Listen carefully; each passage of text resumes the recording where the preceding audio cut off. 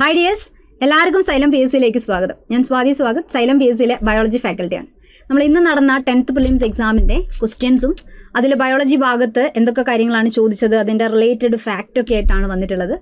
അപ്പോൾ 10th prelims exam എന്ന് പറയുമ്പോൾ തന്നെ ഈ സെക്കൻഡ് ഫേസ് എഴുതിയ ആൾക്കാർക്ക് ഇന്ന് ഓൾറെഡി 2 ഫേസ് ഉണ്ടായിരുന്നു അല്ലേ. അപ്പോൾ ഫസ്റ്റ് ഫേസ് എന്ന് പറയുന്നത് നല്ല രീതിയിൽ നടന്നു. പക്ഷേ സെക്കൻഡ് ഫേസിലേക്ക് എത്തുന്ന സമയത്ത് ക്വസ്റ്റ്യൻ ലീക്കായി, ആ എക്സാം ക്യാൻസലായി, ഈ കാര്യങ്ങളൊക്കെയാണ് നടന്നത്.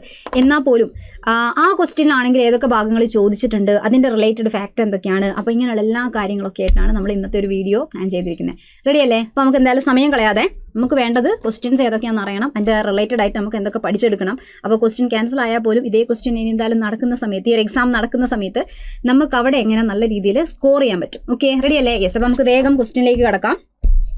അപ്പോൾ ഫസ്റ്റ് ക്വസ്റ്റ്യൻ എന്ന് പറയുന്നത് നമ്മൾ ഫസ്റ്റ് ഫേസിൽ നടന്നിട്ടുള്ള ക്വസ്റ്റ്യനിലേക്ക് പോവാണ്. ഓക്കെ, കാറ്റഗറി നമ്പറൊക്കെ ഇവിടെ കൊടുത്തിട്ടുണ്ട്. കണ്ടൽ കാടുകൾക്കിടയിൽ എൻ്റെ ജീവിതം ആരുടെ ആത്മകഥയാണ്? അങ്ങനെ ഒരു ക്വസ്റ്റ്യൻ ചോദിച്ചിട്ടുണ്ടായിരുന്നു അല്ലേ. എപ്പോഴും നമ്മൾ ബാച്ചിലുള്ള ആൾക്കാരാണെങ്കിലും ചിലപ്പോൾ യൂട്യൂബ് ക്ലാസ്സുകളിൽ കൂടിയൊക്കെ നമ്മൾ കണ്ടതാണ്, കേട്ടതാണ്. അല്ലാതെ തന്നെ ഇതല്ലാതെ തന്നെ നമ്മൾ കണ്ടൽ കാടുകൾ എന്ന് പറയുന്ന സമയത്ത് ഈ കൂട്ടത്തിൽ ആരെയാണ് നമ്മൾ ഓർമ്മിക്കുക? യെസ്, കല്ലേൻ പൊക്കുടൻ അല്ലേ. കല്ലേൻ പൊക്കുടനാണ് കണ്ടൽ കാടുകൾക്കിടയിൽ എൻ്റെ ജീവിതം എന്ന ആത്മകഥ രചിച്ചത്. അപ്പോൾ ഇതൊക്കെ നമ്മൾ ടെക്സ്റ്റ് ബുക്കിൽ തന്നെ ഫാക്റ്റായിട്ട് തന്നെ കൊടുത്തിട്ടുള്ള കാര്യങ്ങളും ഒക്കെയാണ് കേട്ടോ. അപ്പോൾ ഒന്ന് പഠിച്ചു വെച്ചേക്കുക, ഇനിയാണെങ്കിലും ചോദിച്ചേക്കാം. ഓക്കെ, അപ്പോൾ നോട്ട് ചെയ്ത് വെക്കുക. അപ്പോൾ അതേപോലെ ഇവിടെ നമ്മൾ ടെക്സ്റ്റ് ബുക്കിൽ കൊടുത്തിട്ടുണ്ട്. 9ാം ക്ലാസ്സിൻ്റെ ടെക്സ്റ്റ് ബുക്കിൽ അദ്ദേഹത്തിൻ്റെ ഫോട്ടോ, ഈ പറഞ്ഞ കാര്യങ്ങളൊക്കെ അവിടെ ഉണ്ട് കേട്ടോ. ടെക്സ്റ്റ് ബുക്ക് ഫാക്റ്റ് തന്നെയാണ്. ഇതാണ് നമ്മളെ കല്ലേൻ പൊക്കുടൻ അല്ലെ. കണ്ടൽ കാടുകളുടെ സംരക്ഷണത്തിലൂടെ അവയുടെ പാരിസ്ഥിതിക പ്രാധാന്യം ബോധ്യപ്പെടുത്തിയ പരിസ്ഥിതി പ്രവർത്തകനാണ് കല്ലേൻ പൊക്കുടൻ. 100,000-ലേറെ കണ്ടൽ തൈകൾ നട്ടുപിടിപ്പിച്ച അദ്ദേഹം കണ്ടലുകളെ അവയുടെ സ്വാഭാവിക ആവാസ വ്യവസ്ഥയിൽ വളരാൻ അനുവദിക്കണമെന്ന നിലപാട് ഉയർത്തിപ്പിടിച്ചു. അങ്ങനെ കണ്ടൽ കാടിന്റെ സംരക്ഷണവും കാര്യങ്ങളൊക്കെ ആയിട്ട് ബന്ധപ്പെട്ട് കിടക്കുന്ന വ്യക്തിയാണ് അല്ലെ. അപ്പൊ നോക്കിയേ, ഇത് അവിടെ കൊണ്ടു കണ്ടോ, കണ്ടൽ കാടുകൾക്കിടയിൽ എൻ്റെ ജീവിതം. യുനെസ്കോയുടെ പാരിസ്ഥിതിക പ്രവർത്തന വിഭാഗം കണ്ടൽ കാടുകളുടെ സംരക്ഷണ അദ്ദേഹത്തിന്റെ പേര് പരാമർശിച്ചിട്ടുണ്ടെന്ന് കൊടുത്തു. അദ്ദേഹത്തിന്റെ ആത്മകഥയാണ് കണ്ടൽ കാടുകൾക്കിടയിൽ എൻ്റെ ജീവിതം എന്ന് പറഞ്ഞാൽ. അപ്പോൾ ഇതാണ് നമ്മളെ കല്ലേൻ പൊക്കുടൻ എന്ന് പറയുന്നത്.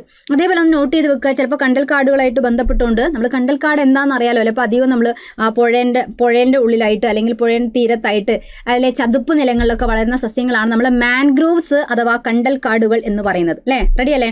അപ്പം അത് വന്നു കഴിഞ്ഞാൽ കണ്ടൽ വനങ്ങൾ സുനാമിയെ ഒരു പരിധി വരെ തടയുന്നു. അപ്പം എന്തെങ്കിലും ചെടികളൊക്കെ നട്ടു വളർത്തി കഴിഞ്ഞാൽ എന്തായാലും വെള്ളപ്പൊക്കം ആണെങ്കിലും സുനാമി ആണെങ്കിൽ ഇങ്ങനെയുള്ള കാര്യങ്ങൾ വരുമ്പോൾ ഒരു പരിധിവരെയൊക്കെ തടയാൻ ഇവരെന്ത് ചെയ്യും? സഹായിക്കും അല്ലേ. പിന്നെ കണ്ടൽ കാട് എന്ന് പറയുന്ന സമയത്ത് കണ്ടൽ കാടിൽ കാണപ്പെടുന്ന ആ കാടിനകത്ത് ഒരുപാട് കണ്ടൽ ചെടികളുണ്ട്, ഓരോ തരം കണ്ടൽ ചെടികളുണ്ട്.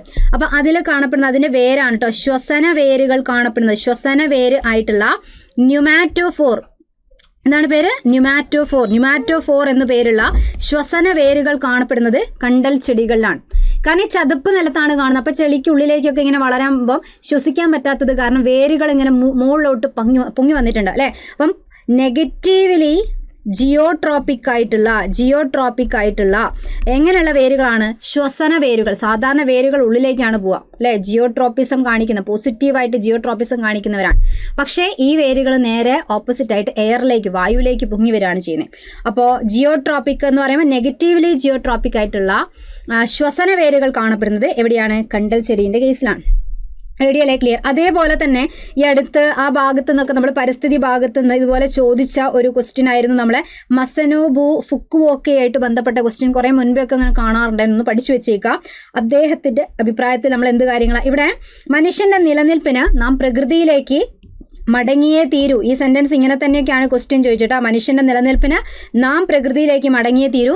മനുഷ്യനാണ് കാടുകളും നീരുറവകളും ഭൂമിയുടെ ഫലപുഷ്ടിയും നശിപ്പിച്ചുകൊണ്ടിരിക്കുന്നത്. ഇങ്ങനെയൊക്കെ പറഞ്ഞുകൊണ്ട് രാസവള പ്രയോഗം കൊണ്ടുള്ള പ്രശ്നങ്ങളാണ് അദ്ദേഹം സൂചിപ്പിക്കുന്നത് അല്ലെ. രാസവള പ്രയോഗത്താൽ പ്രാണനറ്റ മണ്ണിന് മൃതസഞ്ജീവനിയാണ് നമ്മൾ ജൈവവളങ്ങൾ എന്ന് പറഞ്ഞാൽ. അങ്ങനെ മണ്ണിനെ മരുഭൂമിയാക്കുകയല്ല, വിളഭൂമിയാക്കുകയാണ്. അപ്പോൾ ഈ സെന്റൻസ് ഒക്കെ നോട്ട് ചെയ്ത് വെച്ചോട്ടോ. ജൈവവളത്തിന്റെ ഗുണം, രാസവളം കൊണ്ടുള്ള പ്രശ്നം, അതൊക്കെയാണ് നമ്മൾ മസനോബു ഫുക്കുവോക്ക എന്ന് പറയുന്ന ജൈവ കൃഷി ഗവേഷകനാണ്, ജപ്പാനിലുള്ള. അദ്ദേഹത്തിന്റെ പേരുമായിട്ട് ബന്ധപ്പെട്ട് ഈ സ്റ്റേറ്റ്മെന്റ് ഒക്കെ പ്രീവിയസ് ക്വസ്റ്റ്യൻസിലൊക്കെ നമ്മൾ കണ്ടതാണ് കേട്ടോ. റെഡി? അപ്പോൾ എന്തായാലും ഇതിന്റെ ആൻസർ കിട്ടി, കല്ലേൻ പൊക്കുടൻ എന്നതാണ്. ഇനി അടുത്തൊരു ക്വസ്റ്റ്യനിലേക്ക് കടക്കുകയാണെങ്കിൽ, മനുഷ്യ ശരീരത്തിൽ ഏത് ഹോർമോണിന്റെ ഏറ്റക്കുറച്ചിലാണ് ദൈനംദിന ഉറക്കത്തെയും ഉണരലിനെയും സ്വാധീനിക്കുന്നത്? എല്ലാവർക്കും ആൻസർ ചെയ്യാനൊക്കെ പറ്റിയിട്ടുണ്ടാവുമെന്ന് വിചാരിക്കുന്നു. കാരണം ഉറക്കം, ഉണരൽ എന്ന് പറയുമ്പോൾ തന്നെ അല്ലേ, ഉറക്കം അതേപോലെ ഉണരൽ എന്ന് പറയുന്ന സമയത്ത് തന്നെ നമ്മൾ അവിടെ സമയത്തിനാണ് പ്രാധാന്യം. ദൈനംദിന പ്രവർത്തനം, കൃത്യമായിട്ട് നടക്കേണ്ട ദൈനംദിന പ്രവർത്തനങ്ങളുടെ അല്ലെ, ദൈനംദിന പ്രവർത്തനങ്ങളുടെ താളക്രമം, പ്രവർത്തനത്തിന്റെ താളക്രമം പാലിക്കാൻ സഹായിക്കുന്നത്. നമ്മൾ എപ്പോഴും ഒരു ക്ലോക്ക് വെക്കുന്നു, സമയം നോക്കാൻ ക്ലോക്ക് വെക്കുന്നു. അതുകൊണ്ട് ബയോളജിക്കൽ ക്ലോക്ക് അല്ലെ, ബയോളജിക്കൽ ക്ലോക്ക് എന്ന് നമ്മൾ വിശേഷിപ്പിക്കുന്ന, ഈ മലയാളത്തിൽ പറയുകയാണെങ്കിൽ ജൈവ ഘടികാരം എന്ന് നമ്മൾ വിശേഷിപ്പിക്കുന്ന ഗ്രന്ഥി ഏതായിരുന്നു? ഏത് ഗ്രന്ഥിയാണ്? പീനിയൽ ഗ്രന്ഥി എന്ന് പറയുന്ന ഗ്രന്ഥിയാണ്. പീനിയൽ ഗ്രന്ഥി അഥവാ പൈനിയൽ ഗ്രന്ഥി എന്നൊക്കെ പറയുന്ന ഗ്രന്ഥി ഉണ്ടാക്കുന്ന ഹോർമോണിനെ പറ്റിയാണ് ഇവിടെ പറഞ്ഞേക്കുന്നത്. ഇത്രയും പറയുമ്പോൾ തന്നെ ആൻസർ ഒക്കെ നിങ്ങൾക്ക് എപ്പോഴേ കിട്ടിക്കാണെന്ന് അറിയാം. ആൻസർ ഏതാ ഗൈസ്? മെലാട്ടോണിൻ അല്ലെ, ഏതാണ്? മെലാട്ടോണിൻ എന്ന് പറയുന്നതാണ് ആൻസർ. ഓക്കെ, ഏതാണ്? മെലാട്ടോണിൻ ആണ് ആൻസർ. ക്ലിയർ അല്ലേ? യെസ്, അവിടെ ഓപ്ഷൻ ജസ്റ്റ് ആൽഫബറ്റ് ഒന്ന് തെറ്റിപ്പോയതാണേ, മാറ്റിയിട്ടപ്പം. എന്നാൽ ആൻസർ മാറ്റമൊന്നുമില്ല, മെലാട്ടോണിൻ എന്ന് പറയുന്നതാണ് ഇവിടുത്തെ ആൻസർ. മെലാട്ടോണിൻ ഉണ്ടാക്കുന്ന ഗ്രന്ഥി ഏതാ? പീനിയൽ ഗ്രന്ഥിയാണ്. പീനിയൽ ഗ്രന്ഥി കാണപ്പെടുന്ന എവിടെയാണ്? ബ്രെയിനിലാണ്, തലച്ചോറിൽ, മസ്തിഷ്കത്തിൽ കാണപ്പെടുന്ന ഗ്രന്ഥിയാണ് പീനിയൽ ഗ്രന്ഥി. ചിലപ്പോൾ പൈനിയൽ ഗ്രന്ഥി എന്ന് പറയാം. ജൈവ ഘടികാരം എന്നറിയപ്പെടുന്നു. ദൈനംദിന പ്രവർത്തനങ്ങളുടെ താളക്രമം പാലിക്കാൻ സഹായിക്കുന്നു. ഉറക്കം, ഉണരൽ പോലെയുള്ള ദൈനംദിന പ്രവർത്തനങ്ങളെ നിയന്ത്രിക്കുന്നു. അതുമാത്രമല്ല, അല്ലാതെ തന്നെ ചോദിച്ചാണ് കേട്ടോ, കൃത്യമായ പ്രജനന കാലഘട്ടമുള്ള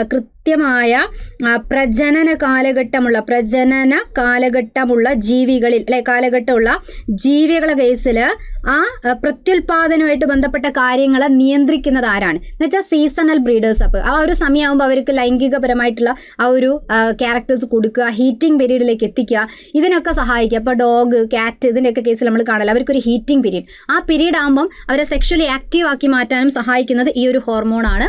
ഓക്കെ, റെഡി അല്ലേ? ക്ലിയർ? അപ്പോൾ ഒന്ന് അതേപോലെ സ്ത്രീകളെ കേസിൽ ആർത്തവ ചക്രം അതുമായിട്ട് കൺട്രോൾ ചെയ്യുന്നതിലൊക്കെ അവർക്ക് റോൾ ഉണ്ട് കേട്ടോ. സ്ത്രീയിൽ ആർത്തവ ചക്രം കൺട്രോൾ ചെയ്യുക, ഒരുപാട് കാര്യങ്ങൾ ചെയ്യുന്നതാണ്. ഇതും ചോദിച്ച ക്വസ്റ്റ്യനാണ്. കൃത്യമായ പ്രജനന കാലഘട്ടമുള്ള ജീവികളിൽ ലൈംഗിക സവിശേഷതകളെ നിയന്ത്രിക്കുന്നത് ആൻസർ മെലാട്ടോണിൻ ആണ്. ക്ലിയർ അല്ലേ? ഉറക്കം, ഉണരലാണ് എപ്പോഴും ചോദിക്കുന്നത്. അത് വെച്ചിട്ട് ബയോളജിക്കൽ ക്ലോക്ക്, ജൈവ ഘടികാരം എന്നുള്ള വേർഡൊക്കെ നമ്മൾ കണക്ട് ചെയ്ത് വെച്ചിരിക്കുക. ബ്രെയിനിലാണ് ഈ ഗ്രന്ഥിന്റെ സ്ഥാനം എന്ന് പറഞ്ഞാൽ. Yes, ready? ക്ലിയർ അല്ലേ? പിന്നെ ബാക്കി അടുത്ത ക്വസ്റ്റ്യനിലേക്ക് കിടക്കുകയാണെങ്കിൽ, ഡോട്ട്സ് ഏത് രോഗത്തിന്റെ ചികിത്സാ രീതിയാണ്? ഇപ്പോഴും ചോദിക്കുന്ന ക്വസ്റ്റ്യൻ ആണ്, നമ്മളെ ടെക്സ്റ്റ് ബുക്കിലൊക്കെ വന്നിട്ടുണ്ട് അല്ലേ. അപ്പോൾ ഈ രോഗം വന്നു കഴിഞ്ഞാൽ ഒന്നിൽ കൂടുതൽ ആന്റിബയോട്ടിക്കുകൾ ഉപയോഗിച്ചുള്ള ഒരു ചികിത്സ കൊടുക്കും. ആ ചികിത്സേനെയാണ് നമ്മൾ ഡോട്ട്സ് ചികിത്സ എന്ന് പറയുന്നത്. ഏത് രോഗമായിട്ട് ബന്ധപ്പെട്ടതാ? യെസ്, ആൻസർ ക്ഷയരോഗമാണ്. ഓക്കെ, ഏതാണ്? ക്ഷയം എന്ന് പറയുന്നതാണ് ആൻസർ. അപ്പോൾ ക്ഷയവുമായിട്ട് ബന്ധപ്പെട്ട് നോട്ട് ചെയ്ത് വെച്ചേക്കുക. ഇത് ചികിത്സയാണ് കേട്ടോ, ചികിത്സയാണ് ഡോട്ട്സ് എന്ന് പറയുന്നത്. അപ്പോൾ ക്ഷയരോഗത്തിന്റെ 1-2 ക്വസ്റ്റ്യൻ ഇടയ്ക്ക് ഇങ്ങനെ ചോദിക്കും, കൺഫ്യൂഷൻ ആവരുത്. BCG അപ്പോൾ എന്തായിരുന്നു? BCG എന്ന് പറഞ്ഞാൽ ക്ഷയരോഗം വരാതിരിക്കാനുള്ള വാക്സിനേഷൻ ആണ്. ഒരു കുഞ്ഞ് ജനിച്ചാൽ ഉടനെ എടുക്കുന്ന വാക്സിനേഷനിൽ പെടുന്ന BCG ക്ഷയരോഗത്തിനെതിരെയുള്ള വാക്സിനേഷൻ.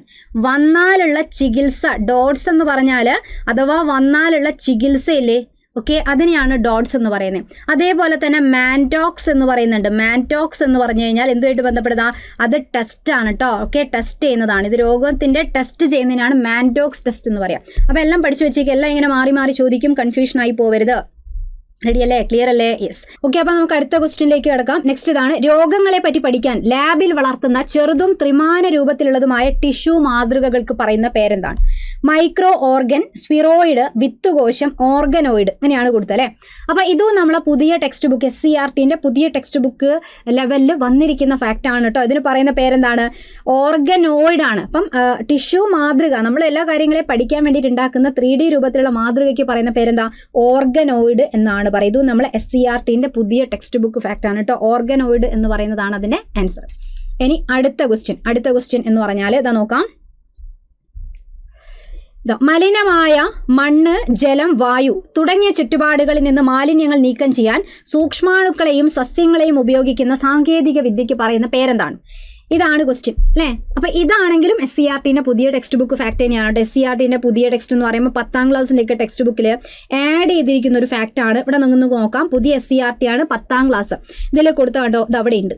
ബയോ റെമഡിയേഷൻ, ഒരു റെമഡി അല്ലെ, ഒരു സൊല്യൂഷൻ എന്താണ്? ഇതേപടി തന്നെയാണ്. മണ്ണ്, ജലം, വായു ഇതൊക്കെ ചുറ്റുപാട്, ഈ മലിനമായ ചുറ്റുപാടിൽ നിന്ന് മാലിന്യങ്ങൾ നീക്കം ചെയ്യാൻ വേണ്ടി നമ്മൾ എന്തിൻ്റെയൊക്കെ സഹായം തേടുന്നത്? ഒന്നുകിൽ സൂക്ഷ്മാണുക്കൾ ഉപയോഗിക്കുക, സൂക്ഷ്മജീവികൾ ഉപയോഗിക്കുക, അതേപോലെ സസ്യങ്ങളൊക്കെ ഉപയോഗിച്ചിട്ട് ഈ മാലിന്യങ്ങളൊക്കെ നമ്മൾ ഒഴിവാക്കുക. ഇതിന് പറയുന്ന പേരാണെന്ത്? Bio remediation. ഇത് മാലിന്യങ്ങളെ പ്രശ്നമല്ലാത്ത രീതിയിലേക്ക് മാറ്റിത്തരും. അതിനെയാണെന്ന് പറയാം ബയോ റെമഡിയേഷൻ. പുതിയ ടെക്സ്റ്റ് ബുക്കിലുള്ള സെന്റൻസ് ആണ്. അത് പഠിക്കുമ്പോൾ തന്നെ എപ്പോഴും നമ്മൾ ഈ ഒരു കാര്യം, ഇതൊക്കെ നമ്മളെ ബാച്ചിലുള്ളവരാണെങ്കിൽ ചിലപ്പം കാര്യങ്ങൾ മനസ്സിലാക്കാൻ പറ്റിയിട്ടുണ്ട്. ബാച്ചിൽ പറഞ്ഞതാണ്, പിന്നെ യൂട്യൂബ് വീഡിയോസിലൊക്കെ പറഞ്ഞു. അപ്പോൾ ആ വീഡിയോസൊക്കെ കണ്ട ആൾക്കാർക്കൊക്കെ ചിലപ്പോൾ ആൻസർ ചെയ്യാൻ പറ്റിയിട്ടുണ്ടാവണം. ക്രയോ പ്രിസർവേഷൻ പഠിച്ചു വെച്ചിട്ടോ. ക്രയോ പ്രിസർവേഷൻ എന്ന് വെച്ചാൽ നമ്മൾ പഠിക്കുന്നതാണ് ജീൻ ബാങ്കുകളിൽ ജീനുകൾ, വിത്തുകോശം, അതേപോലെ തന്നെ നമ്മൾ ബീജകോശം, വിത്തുകൾ ഇതിനെയൊക്കെ സംഭരിച്ചു വെക്കുമെന്ന് പറഞ്ഞില്ലേ. അപ്പോൾ ആ സംഭരിച്ചു വെക്കുന്നത് എങ്ങനെയാണ്, സൂക്ഷിച്ചു വെക്കുന്നത് എങ്ങനെയാണ്? അത്രയും മൈനസിൽ താഴ്ത്തി തണുപ്പിച്ചിട്ടാണ്. അതിനെ പറയുന്ന പേരാണ് ക്രയോ പ്രിസർവേഷൻ. -196 ഡിഗ്രിയിലൊക്കെ തണുപ്പിച്ചിട്ടാണ് സൂക്ഷിച്ചു വെക്കുക. അപ്പോൾ അങ്ങനെ സൂക്ഷിച്ചു വെച്ച് കഴിഞ്ഞാൽ പിന്നെ നമ്മൾ ആവശ്യമുള്ള സമയത്ത് അതിനെ ഉപയോഗിക്കാൻ പറ്റണം. അപ്പോൾ അത് വൈദ്യശാസ്ത്ര മേഖലയിലാണെങ്കിലും കാർഷിക മേഖലയിലാണെങ്കിലും ഈ വിത്തിനെയും ബീജകോശങ്ങളൊക്കെ പിന്നെ ഉപയോഗിക്കാൻ പറ്റും അല്ലേ. അപ്പോൾ അതിൻ്റെ പേരെന്താ? ക്രയോ പ്രിസർവേഷൻ ആണ് പറയട്ടോ. മറക്കണ്ട, നോട്ട് ചെയ്ത് വെച്ചേക്കാം. അതുപോലെ തന്നെ ആഗോള ജൈവ വൈവിധ്യ ഡാറ്റാ സെൻസർ, ആ വാക്ക് കേൾക്കുമ്പോൾ തന്നെ കിട്ടും. ആഗോള തലത്തിൽ ജൈവ വൈവിധ്യം മനസ്സിലാക്കാൻ അതിൻ്റെ ഡാറ്റയൊക്കെ കളക്ട് ചെയ്യാനുള്ള സെൻസറാണ്. അപ്പോൾ എങ്ങനെയാണ്? ഉപഗ്രഹ റിമോട്ടും ആ സെൻസിങ്ങും ശബ്ദ വിശകലനവും ക്യാമറ ട്രാപ്പൊക്കെ ഉപയോഗിച്ചുകൊണ്ട് നമ്മളെ മൊത്തത്തിലുള്ള ജൈവ വൈവിധ്യത്തിൻ്റെ ഡാറ്റാസ് കളക്ട് ചെയ്യുന്നതിനെയാണ് നമ്മൾ ആഗോള ജൈവ വൈവിധ്യ ഡാറ്റാ സെൻസർ എന്ന് പറയുന്നത്. പിന്നെ എന്താ? വന്യമൃഗ ട്രാക്കിംഗ് സെൻസർ എന്നാണ് പറയുക. വന്യമൃഗത്തിൻ്റെ ചലനവും സ്ഥാനവും പെരുമാറ്റവും ഒക്കെ മനസ്സിലാക്കുക. അതാർക്കൊക്കെ വേണ്ടിയിട്ടാണ്? വന്യജീവി സംരക്ഷകർക്കും ഗവേഷകരെയും സഹായിക്കുന്ന അതാണ് വന്യമൃഗ ട്രാക്കിംഗ് സെൻസർ എന്ന് പറഞ്ഞാൽ. അപ്പോൾ ഇത്രയും ഒരു 4 കാര്യങ്ങൾ ഒരു പേജിലാക്കിയിട്ട് നമ്മൾ 10ാം ക്ലാസ്സിൻ്റെ പുതിയ ടെക്സ്റ്റ് ബുക്കിൽ ആഡ് ചെയ്തിട്ടുണ്ട്. അപ്പോൾ അതാണ് പറഞ്ഞത്. ക്ലിയർ ആണ്, ഓക്കെ ആണെന്ന് വിചാരിക്കുന്നു കേട്ടോ. അപ്പോൾ ഇതൊക്കെ ടെക്സ്റ്റ് ബുക്കിലുള്ള ക്വസ്റ്റ്യൻസ് തന്നെയാണ്. അതാണ് നമ്മൾ പറയുന്നത്, എപ്പോഴും പുതിയ ടെക്സ്റ്റ് ബുക്ക് വന്നത് മാക്സിമം കാര്യങ്ങൾ പറയാറുണ്ടെങ്കിൽ നിങ്ങളും കൂടെ വായിക്കണം എന്ന് പറയാറുണ്ട്. ഇതൊക്കെ നമ്മൾ ടെക്സ്റ്റ് ബുക്ക് ഫാക്റ്റാണ്, പുതിയ ടെക്സ്റ്റാണ്. അപ്പോൾ ഇവിടെ ആൻസർ എന്താ? എന്നാലും ബയോടെക്നോളജി എന്നൊന്നും പറയുമ്പോൾ അല്ല എന്നറിയാം അല്ലേ. അപ്പോൾ എന്തായാലും ഒരു സൊല്യൂഷനാണ്, മാലിന്യം നീക്കം ചെയ്യാനുള്ള സൊല്യൂഷനാണ്, ഒരു റെമഡി കണ്ടെത്തിയതാണ്. അപ്പോൾ ബയോ റെമഡിയേഷൻ എന്ന് പറയുന്നതാണെന്ത് ഇവിടെ വരുന്ന ആൻസർ. ഓക്കെ, യെസ്, റെഡി അല്ലേ? അടുത്ത ക്വസ്റ്റ്യൻ സിമ്പിൾ ക്വസ്റ്റ്യൻ ആണ്. നമ്മളെപ്പോഴും സങ്കര ഇനങ്ങൾ ഒക്കെ നമ്മളെ സിലബസിൽ പഠിക്കാനുള്ളതാണ്. പ്രത്യേകിച്ച് 10th പ്രിലിംസിൻ്റെ കൃത്യമായിട്ട് ഭക്ഷ്യ കാർഷിക വിളകളൊക്കെ പറയുമ്പോൾ അവിടെ സങ്കര ഇനം ചോദിക്കാനുള്ള ചാൻസ് കൂടുതലാണ്. മാരത്തോണിലും എല്ലാ ക്ലാസ്സിലൊക്കെ നമ്മൾ പറയാറുണ്ടായിരുന്നു അല്ലേ. ഏതാണ്? ഭാഗ്യലക്ഷ്മി ഏത് സസ്യത്തിൻ്റെ സങ്കര ഇനമാണ് എന്നാണ് ചോദിച്ചത്. ഭാഗ്യമുള്ളതായിരിക്കായിരുന്നു. ജ്യോതികയ്ക്ക് ഭയങ്കര ഭാഗ്യ എന്ന് പറയില്ല അല്ലേ. അപ്പോൾ എന്തിൻ്റെ ആയിരുന്നു? ജ്യോതിക, ഭാഗ്യലക്ഷ്മി, ലോല, മാലിക എന്നൊക്കെ പറഞ്ഞാൽ പയറിൻ്റെ ഇനങ്ങളായിരുന്നു. ഓക്കെ, ഏതൊക്കെയായിരുന്നു പിന്നെ പറഞ്ഞത്? ജ്യോതികനെ പറഞ്ഞു അല്ലേ. അതേപോലെ ലോല, അതേപോലെ മാലിക, ഇതൊക്കെ എന്തിൻ്റെ ഇനങ്ങളാണ്? പയറിൻ്റെ ഇനങ്ങളാണ്. വെണ്ടയും നെല്ലും ഒക്കെ ഓപ്ഷനിൽ വരുന്നതാണ്, നോട്ട് ചെയ്ത് വെച്ചേക്കുക. വെണ്ട എന്നൊക്കെ പറയുമ്പോൾ ഏതൊക്കെയായിരുന്നു? കിരൺ ഉണ്ട് അല്ലേ, കിരൺ. അതേപോലെ അനാമിക എന്ന് പറയുന്നത് അല്ലേ, പിന്നെ അർക്ക എന്ന് പറയുന്നത്, സൽകീർത്തി, അങ്ങനെ ഒരുപാട് ഇനങ്ങളുണ്ട് കേട്ടോ. സൽകീർത്തി ഇതൊക്കെ ഉണ്ട്. യെസ്, പിന്നെ നെല്ലിൻ്റെ ഇനങ്ങളിലേക്ക് വരുമ്പോൾ ഏതൊക്കെയായിരുന്നു? ഹ്രസ്വ, അതേപോലെ പവിത്ര എന്ന് പറയുന്നത്, അന്നപൂർണ എന്ന് പറയുന്നത്, അന്നപൂർണ ഇതിൻ്റെ ഇനമാണ്. അതേപോലെ ജയുണ്ട്, രത്നയുണ്ട്, IR 8 ഉണ്ട്. പിന്നെ പോരാത്തതിന് സെക്കൻഡ് ഫേസിൽ ചോദിച്ചിട്ടുണ്ട്, ആ ക്വസ്റ്റ്യനിലേക്ക് എത്തുന്ന സമയത്ത് പറയാം. അങ്ങനെ ഒരുപാട് ഇനങ്ങളുണ്ട്. തെങ്ങിൻ്റെ പേരൊക്കെ പിന്നെ നമുക്കറിയാമല്ലോ അല്ലേ, ചന്ദ്രേട്ടനും ശങ്കരേട്ടനും അല്ലേ. അപ്പോൾ ചന്ദ്ര ശങ്കര എന്ന് പറഞ്ഞാൽ, അതേപോലെ തന്നെ നമ്മൾ ചന്ദ്രലക്ഷ എന്ന് പറഞ്ഞാൽ, ലക്ഷഗംഗ എന്ന് പറഞ്ഞാൽ, പിന്നെ ഏതായിരുന്നു? ഗംഗാ നദിയിൽ ബോധം കെട്ട് വീണു എന്നൊക്കെ പറയുമ്പോൾ ഗംഗ ബോന്ധം എന്ന് പറഞ്ഞാൽ അല്ലേ. പിന്നെ വെസ്റ്റ് കോസ്റ്റ് ടോളൊക്കെയാണ്. വെസ്റ്റ് കോസ്റ്റ് ടോൾ ഉണ്ട്, അതേപോലെ ഈസ്റ്റ് കോസ്റ്റ് ടോൾ ഉണ്ട്. അങ്ങനെയുള്ള കുറേ ഓപ്ഷൻസ് ഉണ്ട്. അതൊക്കെ എന്തിൻ്റെ ഇനങ്ങളാണ്? തെങ്ങുമായിട്ട് ബന്ധപ്പെട്ടാണ് നമ്മൾ പഠിച്ചത് അല്ലേ. T × D എന്നൊക്കെ പറയുമ്പോൾ നമ്മൾ തെങ്ങിൻ്റെ ഇനങ്ങളിലേക്കാണ് പഠിച്ചത്. ക്ലിയർ അല്ലേ? യെസ്. ഇനി അടുത്ത ക്വസ്റ്റ്യനിലേക്ക് കടക്കുകയാണെങ്കിൽ, വായു മലിനീകരണം അളക്കുന്നതിനും അന്തരീക്ഷത്തിലെ സൾഫർ ഡൈ ഓക്സൈഡിന്റെ സാന്നിധ്യം തിരിച്ചറിയുന്നതിനും സഹായിക്കുന്ന പ്രകൃതിദത്ത സൂചകങ്ങൾ ഏതാണ് എന്നാണ് ചോദിച്ചിരിക്കുന്നത്. ഇത് മലിനീകരണം, പരിസ്ഥിതി മലിനീകരണമൊക്കെ പഠിക്കുമ്പോൾ അവിടെ നമ്മൾ എപ്പോഴും കണക്ട് ചെയ്യുന്നതാണ്. വായു മലിനീകരണത്തിൻ്റെ സൂചകം, ഒരു ഏരിയയിലെ വായു മലിനീകരിക്കപ്പെട്ടിട്ടുണ്ടോ ഇല്ലയോ എന്നറിയാൻ ആ സ്ഥലങ്ങളിൽ വളരുന്ന എന്തിൻ്റെ ഗ്രോത്ത് നോക്കിയാൽ മതി? പൂപ്പലാണോ, ഫേണാണോ, ആൽഗയാണോ, ലൈക്കനാണോ? ലൈക്കൻ്റെ സാന്നിധ്യം നോക്കിയാൽ മതി. ഒരു സ്ഥലത്ത് ലൈക്കൻ വളരുന്നുണ്ടെങ്കിൽ അവിടെ പൊല്യൂഷൻ ഇല്ല, വായു മലിനീകരണം ഇല്ല. വായു മലിനീകരിക്കപ്പെടുന്നതിൽ പ്രധാനപ്പെട്ട പ്രശ്നമാണ് ഈ സൾഫർ ഡൈ ഓക്സൈഡ് പോലുള്ളത്. സൾഫർ ഡൈ ഓക്സൈഡ് ഒക്കെ ഉണ്ടെങ്കിൽ ലൈക്കൻ വളരില്ല. അപ്പോൾ വളരുന്നുണ്ട് എന്നുണ്ടെങ്കിൽ അവിടെ പൊല്യൂഷൻ ഇല്ല എന്നാണ് അർത്ഥം. ഓക്കെ, അപ്പം ലൈക്കൻ എന്ന് പറയുന്നതാണ് ആൻസർ അല്ലേ. ലൈക്കൻ എന്ന് പറഞ്ഞാൽ ആരൊക്കെ തമ്മിലുള്ള ബന്ധമാണ്? Alga plus fungus. ആൽഗയും ഫംഗസും കൂടെ പരസ്പരം അണ്ടർസ്റ്റാൻഡിങ്ങിൽ മ്യൂച്വലി അല്ലെ വളരുന്ന വളരെ മനോഹരമായ ഒരു ബന്ധത്തിന് പറയുന്ന പേരാണ് ലൈക്കൻ എന്ന് പറഞ്ഞാൽ. ക്ലിയർ അല്ലേ? ഓക്കെ അല്ലേ? അപ്പം നോട്ട് ചെയ്ത് വെച്ചേക്കുക. ലൈക്കൻ എപ്പോഴും നമ്മൾ പഠിക്കുന്നതാണ്. ടെക്സ്റ്റ് ബുക്കിൽ കൊടുത്ത ലൈക്കൻ റിലേറ്റഡ് ആയ ഒരു കാര്യം വരുന്ന സ്ലൈഡ് ഇവിടെ ആഡ് ചെയ്തിട്ടുണ്ട്. ലൈക്കനുകൾ എന്ന് പറഞ്ഞ ഹെഡിങ്ങിൽ. ആൽഗകളോ ബാക്ടീരിയ എന്ന് പറയുന്ന സമയത്ത് സയനോ ബാക്ടീരിയകളായിരിക്കാം. ആൽഗകളോ അല്ലെങ്കിൽ സയനോ ബാക്ടീരിയകളോ. കാരണം ആൽഗയ്ക്കും ഫുഡ് ഉണ്ടാക്കാനുള്ള കഴിവുണ്ട്, സയനോ ബാക്ടീരിയയ്ക്ക് ഉണ്ട്. ഓപ്പോസിറ്റ് സൈഡിൽ ആരാ ഉണ്ടാവുക? ഒന്നുകിൽ ആൽഗ അല്ലെങ്കിൽ ഫംഗസ്, അല്ലെങ്കിൽ സയനോ ബാക്ടീരിയ അല്ലെങ്കിൽ ഫംഗസ്. സയനോ ബാക്ടീരിയനെയാണ് നമ്മൾ എന്ത് പറയുക? ബ്ലൂ ഗ്രീൻ ആൽഗ എന്ന് പറയുക. ബ്ലൂ ഗ്രീൻ ആൽഗെ എന്ന് പറയുന്ന സയനോ ബാക്ടീരിയ ആയിരിക്കാം. കാരണം അവർ സ്വന്തം ഫുഡ് ഉണ്ടാക്കും, ആൽഗ ഉണ്ടാക്കും അല്ലേ. ചില ഇനം ഫംഗസുകളും തമ്മിലുള്ള ബന്ധത്തിനെയാണ് നമ്മൾ എന്ത് പറയുന്നത്? ലൈക്കൻ എന്ന് പറയുന്നത് കേട്ടോ. ഓക്കെ, ഇവിടെ ആൽഗകളോ സയനോ ബാക്ടീരിയകളോ പ്രകാശ സംശ്ലേഷണത്തിലൂടെ രണ്ടുപേർക്കും വേണ്ട ഭക്ഷണം അവരുണ്ടാക്കും. ഓക്കെ, റെഡി അല്ലേ? യെസ്. അപ്പോൾ ഫംഗസ് ആൽഗ അല്ലെങ്കിൽ ഫംഗസ് സയനോ ബാക്ടീരിയ ചേർന്നുള്ള സഹജീവനം എന്ന് കൊടുത്തിട്ടുണ്ട്. സഹജീവനത്തിന്റെ എക്സാമ്പിൾ ആണ് ലൈക്കൻ എന്ന് പറഞ്ഞാൽ. അതിനെയാണ് നമ്മൾ എന്ത് പറയുന്നത്? മ്യൂച്വലിസം എന്ന് പറയുന്നത് അല്ലേ. മ്യൂച്വലിസത്തിന്റെ എക്സാമ്പിൾ ആണ് ഏത്? ലൈക്കൻ എന്ന് പറയുന്ന വിഭാഗം കേട്ടോ. നോട്ട് ചെയ്ത് വെച്ചേക്കാം. ഫംഗസും ആൽഗയും തമ്മിലുള്ള ബന്ധം. പിന്നെ ഇതൊക്കെ പുതിയ ടെക്സ്റ്റ് ബുക്കിലുള്ള കുറച്ച് ഫാക്ട് ആഡ് ചെയ്തതാണ് ഇവിടെ നമ്മൾ കൊടുത്തിട്ടുണ്ട്. ഫ്രോഗ്മാൻ ഓഫ് ഇന്ത്യ എന്നറിയപ്പെടുന്ന വ്യക്തിയാണ് സത്യഭാമാദാസ് ബിജു. ഡോക്ടർ സത്യഭാമാദാസ് ബിജു ആണ്, ST ബിജു ആണ് ഫ്രോഗ്മാൻ ഓഫ് ഇന്ത്യ എന്നറിയപ്പെടുന്നത്. വെറുതെ ഫ്രോഗ് എന്ന് വിളിക്കൽ എന്തുകൊണ്ട് അങ്ങനെ പറയാൻ കാരണം പശ്ചിമഘട്ടങ്ങളിലെ നിരവധി ഇനം പുതിയ തവളകളെ അദ്ദേഹം കണ്ടെത്തിയത് കൊണ്ടൊക്കെയാണ് ഫ്രോഗ്മാൻ ഓഫ് ഇന്ത്യ എന്ന് പറയുന്നത് കേട്ടോ. ഓക്കെ, റെഡി അല്ലേ? ക്ലിയർ അല്ലേ? യെസ്. പിന്നെ ഇതേ പുതിയ ഇനങ്ങളെ കണ്ടെത്തിയതൊക്കെ ലൈക്കനായിട്ട് ബന്ധപ്പെട്ട് നമ്മളെ പുതിയ ബുക്കിൽ കൊടുത്തിട്ടുണ്ട്. പാപ്പുവ ന്യൂ ഗിനിയയിലെ ഒരു മരത്തിന്റെ ഉപരിതലത്തിൽ 173 ഇനം ലൈക്കനുകളെ പുതിയതായിട്ട് കണ്ടെത്തി. അപ്പോൾ ഉഷ്ണമേഖലാ വനങ്ങളിൽ മറഞ്ഞിരിക്കുന്ന ജൈവ വൈവിധ്യത്തിനെയാണ് അത് സൂചിപ്പിക്കുന്നത്. 173 ഇനം പുതിയ ലൈക്കനെയാണ് കണ്ടെത്തിയിരിക്കുന്നത്. ഓക്കെ, അതുപോലെ 2024 ഇന്ത്യയിൽ 683 പുതിയ സ്പീഷീസിനെ കണ്ടെത്തി. പുതിയ ജീവജാലങ്ങളെ കണ്ടെത്തിയതാണ്. അപ്പോൾ പുതിയ ജന്തുജാലങ്ങളെ കണ്ടെത്തുന്നതിൽ 683 കണ്ടെത്തിയാൽ 101 സ്പീഷീസുകളുമായിട്ട് ആരാണ്? കേരളമാണ് ഒന്നാം സ്ഥാനത്ത് എന്നൊക്കെ പറയുന്ന സന്തോഷ വാർത്തയൊക്കെ കൊടുത്തിട്ടുണ്ട്. പുതിയ ടെക്സ്റ്റ് ബുക്കിലുള്ളതാണ്, ഒന്ന് നോട്ട് ചെയ്ത് വെച്ചേക്കട്ടോ. ക്ലിയർ അല്ലേ? ഓക്കെ അല്ലേ? യെസ്. അപ്പോൾ ഇനി അടുത്ത ക്വസ്റ്റ്യനിലേക്ക് നമ്മൾ കടക്കുകയാണെങ്കിൽ അടുത്ത ക്വസ്റ്റ്യൻ ഇത് അങ്ങനെയാണ്. ക്വസ്റ്റ്യൻ്റെ വലുപ്പമൊന്നും കണ്ട് പേടിച്ചു പോയത്, സിമ്പിൾ സാധനമാണ്. താഴെ നൽകിയിരിക്കുന്ന പ്രസ്താവനയും അതിനുള്ള കാരണവും ശ്രദ്ധാപൂർവം വായിച്ച് ശരിയായ ഉത്തരം തിരഞ്ഞെടുക്കുക. മികച്ച ഇനം വിത്തുകൾ ഉൽപ്പാദിപ്പിക്കുന്നതിനായിട്ട് ശാസ്ത്രജ്ഞരും കർഷകരും കൃത്രിമ പരാഗണം നടത്താറുണ്ട് അല്ലേ. കൃത്രിമ പരാഗണം ഇപ്പോൾ നമ്മൾ വാനില പോലുള്ള ചെടിയിലൊക്കെ ആണെങ്കിൽ വാനിലയ്ക്കെന്നും സ്വന്തമായിട്ട് പരാഗണം നടത്താനുള്ള മെലിപ്പോണ എന്ന് പറയുന്ന ഈച്ചകളൊന്നും തേനീച്ചകളൊന്നും ഇവിടെ ഇല്ല അല്ലേ. അതൊക്കെ മെക്സിക്കൻ കാർഡിലാണ് ഉണ്ടാവുക. പക്ഷേ നമ്മൾ വാനിലേനെ ഇവിടെ കൊണ്ടുവന്ന് കൃഷി ചെയ്യുമ്പം കർഷകരാണ് കൃത്രിമ പരാഗണം നടത്തി കൊടുക്കുക. പരാഗണം എന്ന് പറഞ്ഞാൽ പുരുഷൻ ബീജഭാഗമായിട്ടുള്ള അല്ലേ പൂവിൻ്റെ പരാഗരേണുക്കളെ, അത് പുരുഷൻ്റെ ഭാഗമാണ്, അതിനെടുത്തിട്ട് സ്ത്രീ ഭാഗമായിട്ടുള്ള പരാഗണ സ്ഥലത്ത് കൊണ്ടുവരണം. അപ്പോൾ അത് നമ്മൾ ആർട്ടിഫിഷ്യലി നടത്തി കൊടുക്കണം. നാച്ചുറലി നടക്കാനുള്ളൊരു സോഴ്സ് അവിടെ ഇല്ല. അപ്പോൾ കർഷകർ എന്തായാലും ഇതുപോലെ ചെയ്യും. പിന്നെ നമുക്ക് വേണ്ട രീതിയിലുള്ള ഗുണങ്ങളൊക്കെ യോജിപ്പിക്കാൻ വേണ്ടി കർഷകരും ഗവേഷകരും ഒക്കെ ശാസ്ത്രജ്ഞന്മാരും ഗവേഷകരും എല്ലാം അല്ലേ ഈ പൂക്കളും ആണെങ്കിലും ചെടികളൊക്കെ പരസ്പരം അങ്ങോട്ടും ഇങ്ങോട്ടും മിക്സ് ചെയ്തിട്ടാണ് പുതിയ വെറൈറ്റി ഉണ്ടാക്കിയെടുക്കുന്നത്. അപ്പോൾ അങ്ങനെയൊക്കെ പറഞ്ഞു കഴിഞ്ഞാൽ എന്താണ്? ശരിയായ പ്രസ്താവന തന്നെയാണ്. അടുത്തെന്താ കാരണം എന്താ കൊടുത്തേക്കുന്നത്? ആൺപൂവിലെ പരാഗരേണുക്കൾ. ശരിയാണ്, ആൺപൂവിൽ അല്ലെങ്കിൽ ഒരു ചെടീൻ്റെ ആൺ ലൈംഗിക ഭാഗത്ത് കാണപ്പെടുന്ന പരാഗരേണുക്കളെ അനുയോജ്യമായ ഒരു പെൺപൂവിൻ്റെ ഭാഗത്ത് കൊണ്ടിടുകയാണ്. പെൺപൂവിൻ്റെ തന്തുകത്തിൽ അഥവാ ഫിലമെന്റിൽ വീഴുമ്പോഴാണ് മികച്ച ഫലങ്ങൾ ഉണ്ടാകുന്നത്. പകുതി വരെ ഒക്കെ അവസാനം കൊണ്ട് കലോടച്ചു എന്ന് പറയില്ലേ. തന്തുകത്തിൽ എന്ന് പറഞ്ഞതുകൊണ്ട് തെറ്റാണ്. തന്തുകം അഥവാ ഫിലമെന്റ് എന്ന് പറഞ്ഞാൽ ആൺപൂവിൻ്റെ ഭാഗം തന്നെയാണ്. അപ്പോൾ അത് തെറ്റാണ്. എവിടെയാണ് ശരിക്കും കൊണ്ടിടേണ്ടത്? ഒരു പെൺപൂവിൻ്റെ എവിടെയാണ് ഇടേണ്ടത്? പരാഗണ സ്ഥലത്ത് എന്ന് പറഞ്ഞാൽ ഓക്കെ. പരാഗണ സ്ഥലം അഥവാ സ്റ്റിഗ്മ എന്ന് പറയുന്ന ഭാഗത്താണ് കൊണ്ടിടേണ്ടത്.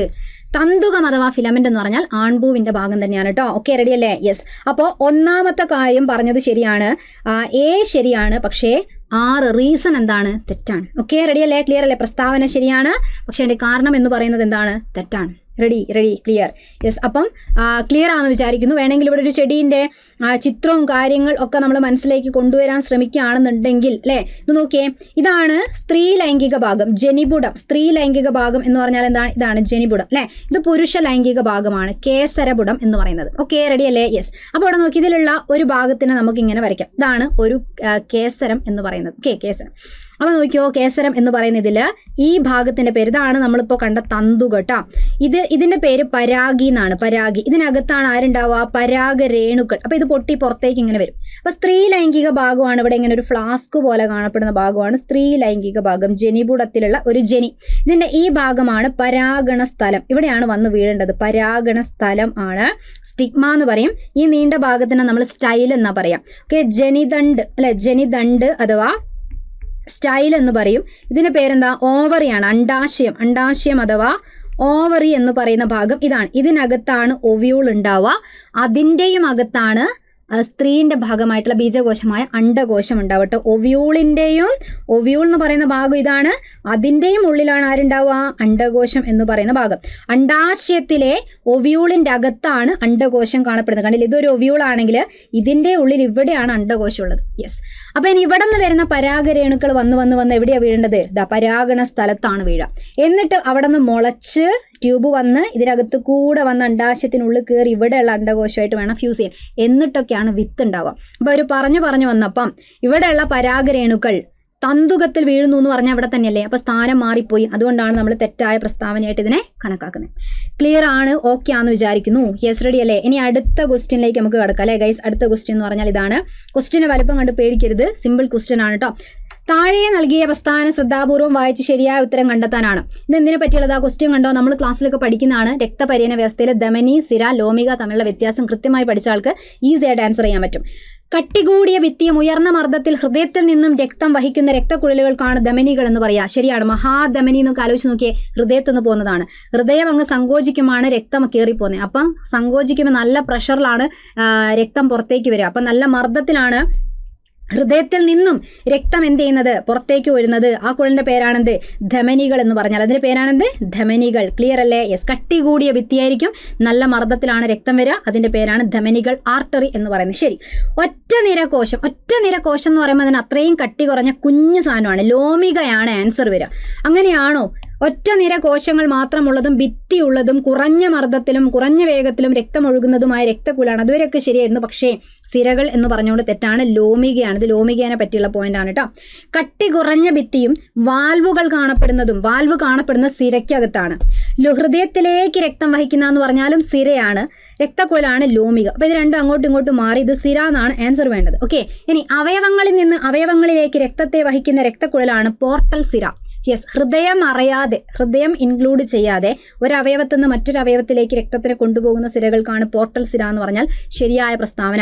വേണമെങ്കിൽ എക്സാമ്പിളൊക്കെ നമ്മൾ അവിടെ പഠിച്ചു വെക്കാറുണ്ട്. ഇപ്പം നമ്മൾ ചെറുകുടൽ ആഗിരണം ചെയ്യുന്നതിൽ നിന്ന്, ചെറുകുടലിൽ നിന്ന്, വില്ലസിൽ നിന്ന് കരളിലേക്കൊക്കെ കൊണ്ടുപോകുന്ന സാധനമുണ്ട് രക്തത്തിനെ. അതിനെ പറയുന്നത് ഹെപ്പാറ്റിക് പോർട്ടൽ സിര എന്നൊക്കെയാണ് പറയുക. ഹെപ്പാറ്റിക് പോർട്ടൽ സിരയുടെ എക്സാമ്പിളാണ്. അപ്പം ഇതുപോലെ ഇവിടെ ഹൃദയം ഒരിക്കലും നടുക്കുണ്ടാവാൻ പാടില്ല. ഹൃദയം അറിയാതെ ഒരു അവയവത്തിൽ നിന്ന് രക്തം മറ്റൊരു അവയവത്തിലേക്ക് പോകുന്നതിനെയാണ് പോർട്ടൽ സിര. അതിന് സഹായിക്കുന്ന സിരയ്ക്കാണ് പോർട്ടൽ സിര എന്ന് പറയാം. ക്ലിയർ? നമ്മളോട് ചോദിച്ചെന്തോന്നാ ഗൈസ്, ഇവിടെ എന്തൊക്കെയാ ശരിയായത് തിരഞ്ഞെടുക്കാനാണല്ലേ.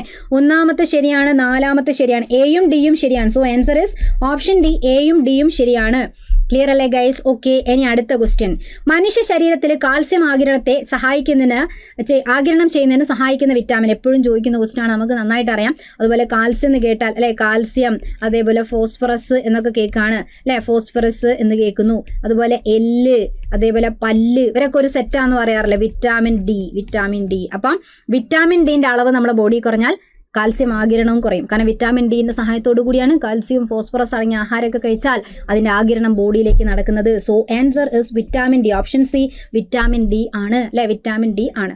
ക്ലിയർ അല്ലേ? യെസ്. അപ്പോൾ നോട്ട് ചെയ്ത് വെച്ചേക്കുക. ഇമ്പോർട്ടൻ്റ് ആണ്. വിറ്റാമിനൊക്കെ സിലബസ് പറയുന്നതുകൊണ്ട് തന്നെ ഇമ്പോർട്ടൻ്റ് ആണ്.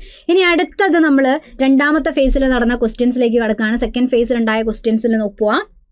അപ്പോൾ നമ്മൾ ഇനി ആ ഒരു എക്സാം എഴുതാൻ ഒരുപാട് പ്രതീക്ഷയിൽ നമ്മൾ അത്രയും തയ്യാറെടുത്ത് ഉറക്കമൊഴിച്ച് പഠിച്ച് ബുദ്ധിമുട്ടിയിട്ടൊക്കെയാണ് എല്ലാവരും പോയത്. പക്ഷെ ഇങ്ങനെ ഒരു സാഹചര്യം വരുന്ന സമയത്ത് നമ്മൾ ഇനിയിപ്പോൾ അതിനെ പറയുന്നതിന് പകരം ആ ഒരു സമയം കൂടെ ചിലപ്പോൾ നല്ലതിനാണെന്ന് വിചാരിക്കുക, ഒന്നും കൂടെ പഠിക്കാനുള്ള ഒരു അവസരമായിട്ട് കണക്കാക്കുക.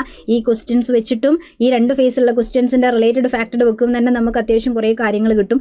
ഒന്നുകൂടെ ആ പഠിച്ച ഏരിയകളൊക്കെ ഒന്ന് സ്ട്രോങ് ആക്കുക. നമുക്ക് എന്തായാലും എക്സാം എഴുതാൻ ചാൻസ് ഉണ്ടല്ലേ. അപ്പോൾ ആ ഒരു സമയത്ത് വളരെ നന്നായിട്ട് എഴുതാൻ വേണ്ടിയിട്ട് ശ്രമിക്കുക കേട്ടോ. ഇനി അത് ആലോചിച്ച് വിഷമിക്കുന്നതിന് പകരം ബി പോസിറ്റീവ് എന്ന് നമുക്ക് പറയാൻ പറ്റുള്ളൂ. എപ്പോഴും നല്ലത് തന്നെ വിചാരിക്കുക. അത് അവിടെ മാറ്റി വെച്ചുകൊണ്ട് കുറച്ചും കൂടെ ഒന്നും കൂടെ പഠിക്കാനൊരു അവസരം കണ്ടെത്തിയിട്ട് മാക്സിമം എഫേർട്ട് എടുത്തിട്ട് അടുത്തതിലേക്ക് നമുക്ക് പോകാം. എന്തായാലും ക്വസ്റ്റ്യൻ നമുക്കൊന്ന് ചെക്ക് ചെയ്ത് നോക്കാം കേട്ടോ. ചിലപ്പോൾ നിങ്ങൾ പഠിച്ച ക്വസ്റ്റ്യനൊക്കെ കാണുന്ന സമയത്ത് ഡള്ളാവുമല്ല വേണ്ടത്.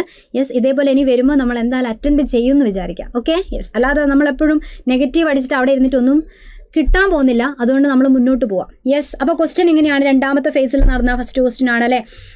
ഇത് നോക്കിയേ, കുറേ ഒരു ടേബിൾ ആണ് തന്നത്. സിമ്പിൾ സാധനമാണ് നമ്മൾ പഠിച്ചത്. കുറച്ച് ഭാഗത്തിൻ്റെ പേരും അവിടെ ഉണ്ടാക്കുന്ന എൻസൈമിൻ്റെ പേരും. ആമാശയം, ആമ പെപ്സി കുടിച്ചു, അങ്ങനെയല്ലേ നമ്മൾ പഠിക്കുക. ആമയാണ് എന്ത് ചെയ്തത്, പെപ്സി കുടിച്ച ആൾ. ആമ പെപ്സി കുടിച്ചു, ആമ പെപ്സി കുടിച്ചു. അപ്പോൾ ഏതാണ് ആമാശയം? പെപ്സിൻ. ആമാശയത്തിൽ ഉണ്ടാക്കുന്ന പ്രോട്ടീൻ്റെ ദഹനത്തിന് സഹായിക്കുന്ന എൻസൈമിൻ്റെ പേരാണ് പെപ്സിൻ കേട്ടോ. അതൊക്കെ പഠിച്ചു വെച്ചേക്കാം. വായക്കകത്ത് ഏതാണ്? വായയിലുള്ള ഉമിനീരിൻ്റെ ഇംഗ്ലീഷാണ് സലൈവ. അപ്പോൾ വായക്കകത്താണ് സലൈവറി അമിലേസ് അല്ലെ. അമിലേസ് എന്ന് കേൾക്കുമ്പോൾ തന്നെ ഇവരാണ് നമ്മൾ അന്നജത്തിനെ പിടിച്ച് മാൾട്ടോസ് ആക്കി തരുന്നത്. അന്നജത്തിനെ പിടിച്ച് മാൾട്ടോസ് ആക്കി തരുന്നു. ടയലിൻ എന്നുള്ള പേരിലൊക്കെ അറിയപ്പെടുന്നത് ഏതാ? സലൈവറി അമിലേസിന്റെ പേരാണ് ടയലിൻ.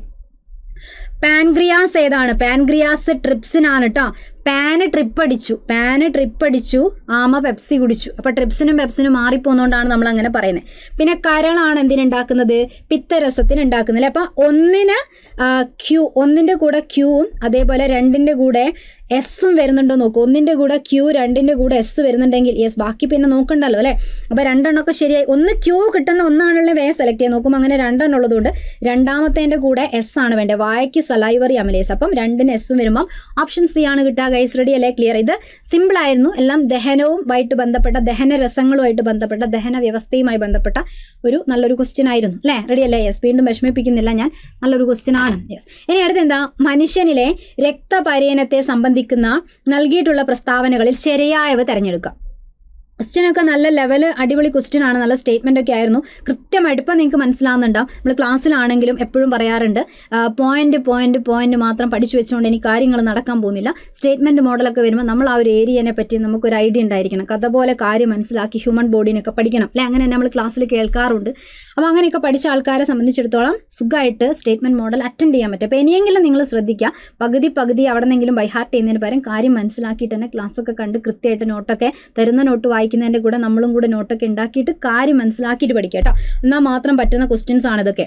വലത്തെ വെൻട്രിക്കിളിൽ ആരംഭിച്ച് ഇടത്തെ ഏട്രിയത്തിൽ അവസാനിക്കുന്നതാണ് പൾമണറി പര്യനം എന്നൊക്കെയാണ് കൊടുത്തല്ലേ. അപ്പോൾ ആദ്യം തന്നെ നമ്മൾ ഹൃദയത്തിനെ പഠിക്കും. ഇങ്ങനെ ഒരു ആപ്പിൾ മുറിച്ച പോലെ ഒരു ഹൃദയം നമ്മൾ വരയ്ക്കും. ഇത് ഹൃദയമാണ് കേട്ടോ, തവളക്കുട്ടിയല്ല, ഇതൊരു ഹൃദയമാണ്. ഹൃദയത്തിൻ്റെ ഏട്രിയം എന്ന് പറഞ്ഞാൽ എന്താ? ഏട്രിയം ഞാനിവിടെ എ എന്ന് എഴുതട്ടെ അല്ലേ. ഇത് വലതുഭാഗം, ഇതാണ് ഇതിൻ്റെ വലതുഭാഗം, ഇതാണ് ഇടതുഭാഗം. ഇങ്ങനെ പഠിച്ചു വെക്കണം എന്ന് പറയും. ഹൃദയം പഠിക്കുമ്പോൾ ഇവിടെ വലതും ഇവിടെ ഇടതും കൊടുക്കുക. ഇത് വലത്തെ ഏട്രിയം, അതാണ് RA. ഇത് ഇടത്തെ ഏട്രിയം, ലെഫ്റ്റ് ഏട്രിയം LA ആണ്. ഇത് റൈറ്റ് വെൻട്രിക്കിൾ, വലത് വെൻട്രിക്കിൾ. ഇതെന്താണ്? Left ventricle. ഇങ്ങനെ പഠിച്ചു വെക്കുക അല്ലേ. റെഡി അല്ലേ? യെസ്. അപ്പോൾ എന്തായാലും എന്താ ചോദിക്കുന്നത്? ഇവിടെ എപ്പോഴും ഈ വലതുഭാഗത്ത് എന്ത് രക്തമാണ് ഉണ്ടാവുക? അശുദ്ധ രക്തമാണ് ഉണ്ടാവുക. ഈ ഭാഗത്താണ് ശുദ്ധരക്തം എന്ന് പറയുന്ന സാധനം ഇവിടെയാണ് ഉണ്ടാവുക. റെഡി. അപ്പോൾ നോക്കിയേ, വലത്തെ വെൻട്രിക്കിളിൽ ആരംഭിച്ച് ഇടത്തെ ഏട്രിയത്തിൽ അവസാനിക്കുന്നു. അപ്പോൾ വലത്തെ വെൻട്രിക്കിളിൽ നിന്ന് നമുക്ക് വേറൊരു കളർ വെറുതെ ഒന്ന് വരച്ചു നോക്കല്ലേ ഗൈസ്. ഇവിടെയാണ് അശുദ്ധ രക്തം ആദ്യം വന്നിട്ട് ഇവിടെയാണ് നിറയുക.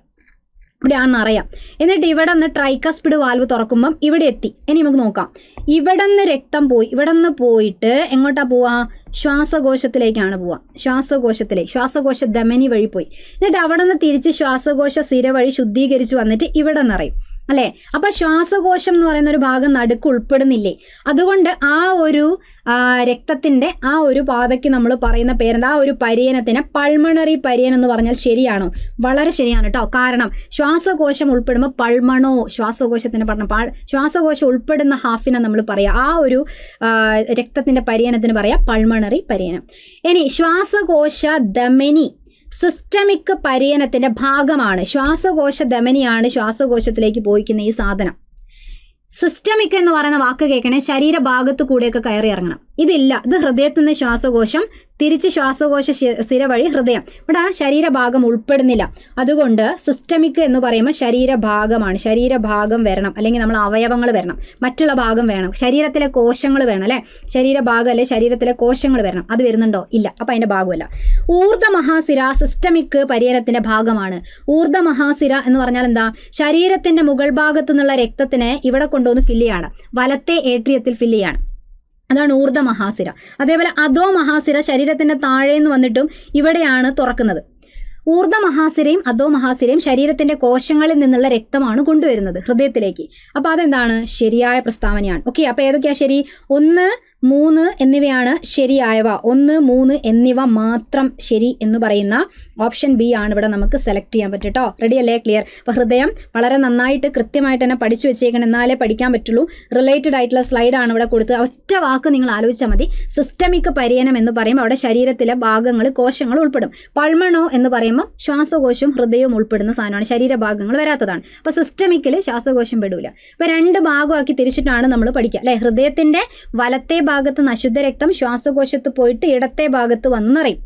പിന്നെ അത് ഇടത്തെ വെൻട്രിക്കിളിൽ വന്നു കഴിഞ്ഞാൽ ഇടത്തെ വെൻട്രിക്കിളിൽ നിന്ന് മഹാധമനി വഴി ശരീരഭാഗങ്ങളിലേക്കൊക്കെ പോകുന്നു. മലിനമാകുന്ന സമയത്ത് കാർബൺ ഡൈ ഓക്സൈഡ് നിറയുമ്പോൾ ഊർധ്വമഹാസിരയും അധോമഹാസിരയും വലത്തു ഭാഗത്തേക്ക് കൊണ്ടുവരും. അങ്ങനെ 2 ഘട്ടമാക്കിയിട്ടാണ് നമ്മൾ പഠിക്കുക. അപ്പോൾ സിസ്റ്റമിക് പരിയനം ഇടത്തെ വെൻട്രിക്കിളിൽ ആരംഭിച്ച് വലത്തെ ഏട്രിയത്തിലും, പൾമണറി പരിയനം വലത്തെ വെൻട്രിക്കിളിൽ ആരംഭിച്ച് ഇടത്തെ ഏട്രിയത്തിലും അവസാനിക്കുന്നു. രക്തപരിയനത്തിൽ ഇങ്ങനെ 2 പ്രാവശ്യമാണ് രക്തം കയറി. ഒരേ രക്തം 2 പ്രാവശ്യമാണ്. ഒരു പ്രാവശ്യം ശ്വാസകോശത്ത് പോയി തിരിച്ചു വന്ന് അതേ രക്തം തന്നെ ശരീരഭാഗത്തേക്ക് പോകുന്നത് കാണാം. അങ്ങനെ 2 പ്രാവശ്യം പരിയനം ഉള്ളതുകൊണ്ട് നമ്മൾ ഇതിനെ ദ്വിപരിയനം അഥവാ ഡബിൾ സർക്കുലേഷൻ എന്നുള്ള പേരിട്ടിട്ടാണ് വിളിക്കുക കേട്ടോ. ക്ലിയർ അല്ലേ? ഓക്കെ അല്ലേ? യെസ്. അപ്പോൾ ഇതാണ് പൾമണറി പരിയനം എന്ന് പറയുമ്പോൾ ശ്വാസകോശം ഉൾപ്പെടണം. സിസ്റ്റമിക് എന്ന് പറയുമ്പോൾ ശരീരത്തിൻ്റെ മറ്റു ഭാഗങ്ങൾ ഉൾപ്പെടണം. ആ ഒരു കണ്ടീഷൻ മാത്രം ശ്രദ്ധിച്ചാൽ മതി. റെഡി? ക്ലിയർ. ഇനി അടുത്തൊരു ക്വസ്റ്റ്യനിലേക്ക് കടക്കുകയാണെങ്കിൽ, ജീവകങ്ങളുടെ അഭാവത്താൽ മനുഷ്യരിൽ ഉണ്ടാകുന്ന അപര്യാപ്തത രോഗങ്ങളുടെ ലക്ഷണങ്ങളിൽ ചിലതാണ് കൊടുത്തത്. അപ്പോൾ ഏത് പോഷകങ്ങളുടെ കുറവിനെയാണ് ബന്ധപ്പെട്ടിരിക്കുന്നതെന്ന് പറയാനാണ്. ജീവകങ്ങളുമായിട്ട് ബന്ധപ്പെട്ട നല്ലൊരു ക്വസ്റ്റ്യൻ ആണ് അല്ലേ. കുട്ടികളിൽ എല്ല് വളയുക, മൃദുവാവുക, എളുപ്പത്തിൽ പൊട്ടലുകൾ ഉണ്ടാവുക എന്നൊക്കെ പറയുമ്പം എല്ല്, പല്ല് എന്ന് പറയുമ്പോൾ തന്നെ നിങ്ങൾക്ക് വിറ്റാമിൻ ഡി കിട്ടൂലേ. എല്ലും പല്ലും ആലോചിച്ചാൽ കിട്ടും. പിന്നെ കുട്ടികളെ കേസിലൊക്കെയാണ് നമ്മൾ കണരോഗം പഠിക്കുന്നതാണ്. കണേൻ്റെ ഇംഗ്ലീഷാണ് റിക്കറ്റ്സ് എന്ന് പറയുന്നൊരു വാക്ക് നമ്മൾ പഠിക്കുന്നതാണ് അല്ലെ കുട്ടികളെ കേസിലൊക്കെ. അപ്പോൾ അല്ലെങ്കിൽ തന്നെ എല്ല് എന്ന് പറയുമ്പോൾ തന്നെ വിറ്റാമിൻ ഡി എന്ന് പറയാൻ പറ്റണം നമുക്ക്. ഓക്കെ, അപ്പോൾ വിറ്റാമിൻ ഡി. പിന്നെ പകൽ വെളിച്ചത്തിൽ സാധാരണ കാഴ്ച, മങ്ങിയ വെളിച്ചത്തിൽ അന്ധത എന്ന് പറയുമ്പോൾ ഏതാണ് സംഭവം? നിശാന്തത എന്ന് പറയുന്ന അവസ്ഥയാണല്ലേ. അപ്പോൾ പിന്നെ കണ്ണ്, കാഴ്ച എന്ന് പറയുമ്പോൾ തന്നെ നമുക്ക് എന്തിനെ കിട്ടണം? വിറ്റാമിൻ എനെ കിട്ടണം. അപ്പം സിമ്പിളായിട്ട് എടുത്തൂടെ. ഒന്നാമത്തത് ജീവകം ഡീനെ പറ്റിയാണ് സൂചിപ്പിക്കുന്നത്, രണ്ടാമത്തത് ജീവകം എനെ പറ്റിയാണ് സൂചിപ്പിക്കുന്നത്. ക്ലിയർ? അപ്പം നിശാന്തതയുള്ള വ്യക്തികളെ സംബന്ധിച്ചിടത്തോളം ഇവർക്ക് രാത്രിയാണെങ്കിലും ആവശ്യത്തിന് വെളിച്ചമുണ്ടെങ്കിൽ പ്രശ്നം ഇല്ല. ഓക്കെ, നല്ല പകൽ നല്ല വെളിച്ചവും രാത്രിയിൽ നല്ല വെളിച്ചം ഉണ്ടെങ്കിൽ കുഴപ്പമില്ല. പക്ഷേ രാത്രിയാണെങ്കിലും പകലാണെങ്കിലും പ്രകാശം മങ്ങുന്ന സമയത്ത് മങ്ങിയ വെളിച്ചത്തിലാണ് വ്യക്തമായ കാഴ്ച ഇല്ലാത്തത്. ഓക്കെ, ഇനി അതേപോലെ ജീവകം എയുമായിട്ട് ബന്ധപ്പെട്ടിട്ട് തന്നെ ജീവകം എന്റെ കുറേ കാലത്തെ അപര്യാപ്തത ഉണ്ടാവുന്ന സമയത്ത് അല്ലെ, കോർണിയ എന്ന് പറയുന്ന ഭാഗത്തിനൊക്കെ എടുത്തു പറഞ്ഞാൽ എന്താ ആൻസർ പറയുക? കോർണിയ വരണ്ട്, അദാര്യം എന്നൊക്കെ പറയുകയാണെങ്കിൽ, അദാര്യം എന്ന് പറയാണ് കോർണിയ. അതേപോലെ നേത്രാവരണം, ഇതൊക്കെ വരണ്ട് അദാര്യം എന്നൊക്കെ പറയുകയാണെങ്കിൽ ശ്രദ്ധിച്ചേക്കുക. അതിൻ്റെ ആൻസർ സിറോഫ്താൽമിയ എന്ന് പറയുന്നതായിരിക്കും കേട്ടോ. ഏതാണ്? സിറോഫ്താൽമിയ എന്ന് പറയുന്നതാണ് അതിൻ്റെ ആൻസർ ആയിട്ട് വരാം. Yes guys, ready. ഇനി അടുത്ത ക്വസ്റ്റ്യൻ. ഇവിടെ 2 ക്വസ്റ്റ്യൻ, 64ാമത്തെ 65ാമത്തെയും ക്വസ്റ്റ്യൻ ഉണ്ട്. ആദ്യം നമുക്ക് 64 നോക്കാം. സിമ്പിൾ ആണല്ലേ. താഴെ പറയുന്നതിൽ ഏത് കൂട്ടത്തിലാണ് വെള്ളത്തിൽ ലയിക്കുന്ന ജീവകൾ? ഇത് എപ്പോഴും ജീവകം ക്ലാസ്സിൽ പറയുമ്പോൾ പഠിക്കാറുണ്ട്. അറിയാത്തവരാരും ഉണ്ടാവില്ല എന്ന് വിചാരിക്കുന്നു അല്ലേ. അപ്പോൾ ഈ ക്വസ്റ്റ്യനൊക്കെ കാണുമ്പം നിങ്ങൾക്ക് ഈ ഒരു ഫേസിൽ എഴുതാൻ പോയ ആൾക്കാരെ മാനസികാവസ്ഥ നമുക്ക് മനസ്സിലാവും. അത് സാരമില്ല എന്ന് പറയുന്നവർക്ക് സുഖമാണ്, നിങ്ങൾക്ക് എഴുതിയ ആൾക്കാർക്ക് ബുദ്ധിമുട്ടാണ്. എന്നാൽ പോലും ഇത്രയും നല്ല സംഭവങ്ങൾ നമ്മൾ പഠിപ്പിച്ച് നിങ്ങളെപ്പോലെ തന്നെ അല്ലേ. അപ്പോൾ നിങ്ങളെ സക്സസ്സിൽ ഏറ്റവും കൂടുതൽ നമ്മൾ പാരൻസ്, വീട്ടുകാർ കഴിഞ്ഞാൽ പിന്നെ ഒരാളെ സക്സസ്സിൽ ഒരിക്കലും അസൂയപ്പെടാത്ത, ആ സക്സസ് എന്നും ആഗ്രഹിക്കുന്ന ഒരാളാണ് പഠിപ്പിക്കുന്ന ടീച്ചേഴ്സ് എല്ലാവരും അല്ലേ. ടീച്ചേഴ്സ് എന്ന് പറഞ്ഞാൽ അപ്പോൾ അതേപോലെ തന്നെ ഇതിൽ അത്രയും വിഷമം നമുക്കുണ്ട്. പക്ഷേ നമ്മൾ അത് തളരാൻ വേണ്ടിയിട്ടല്ല, നന്നായിട്ട് പഠിക്കുക. ഇതേപോലെ അല്ലെ ഇതിനേക്കാൾ നല്ല ക്വസ്റ്റ്യൻസ് നിങ്ങൾക്ക് വേണ്ടിയിട്ട് അടുത്തൊരു ഫേസിൽ വെയിറ്റ് ചെയ്യുന്നുണ്ടാവും. അപ്പോൾ നിങ്ങളത് മാത്രം ആലോചിക്കുക കേട്ടോ. അയ്യോ ഇതെനിക്ക് അറിയാവുന്ന ക്വസ്റ്റ്യൻ ആണെന്ന് വിചാരിച്ച് കരയല്ല, ഓരോ ക്വസ്റ്റ്യൻ കാണുമ്പോൾ കരയല്ല. യെസ്, അപ്പോൾ നമ്മൾ അതിനെ പോസിറ്റീവ് സെൻസിൽ എടുക്കാൻ വേണ്ടിയിട്ട് ശ്രമിക്കാം. യെസ്, അപ്പോൾ എന്തായാലും സംഭവിക്കുന്നില്ല നല്ലതിന്, അങ്ങനെ മാത്രമേ ആലോചിക്കാൻ പാടുള്ളൂ കേട്ടോ. താഴെ പറയുന്നവയിൽ ഏത് കൂട്ടത്തിലാണ് വെള്ളത്തിൽ ലയിക്കുന്ന ജീവകങ്ങൾ ഉൾപ്പെടുത്തിയിരിക്കുന്നത്? വെള്ളത്തിൽ ജയിക്കുന്ന, വെള്ളത്തിന് എന്താ പറയണ്ടേ? വാട്ടർ അല്ലേ, വാട്ടർ. അപ്പോൾ വാട്ടർ എന്ന് പറഞ്ഞാൽ ഇപ്പോൾ എന്താ കിട്ടുക? W കിട്ടും. Wൻ്റെ കൂടെ BC എന്ന് ചേർക്കുക, WBC. അല്ലെങ്കിൽ ആലോചിക്കാൻ വേറൊരു വഴിയാണ് WC ബാനർജി എന്ന് പറയുന്ന ആളില്ലേ, കൂടുതലൊന്നും എന്നോട് ചോദിക്കരുത്, എനിക്ക് അത്രയും പേര് മാത്രം അറിയാം അല്ലേ. WC ബാനർജിന്ന് ആലോചിച്ചാൽ മതി, WC ബാനർജി.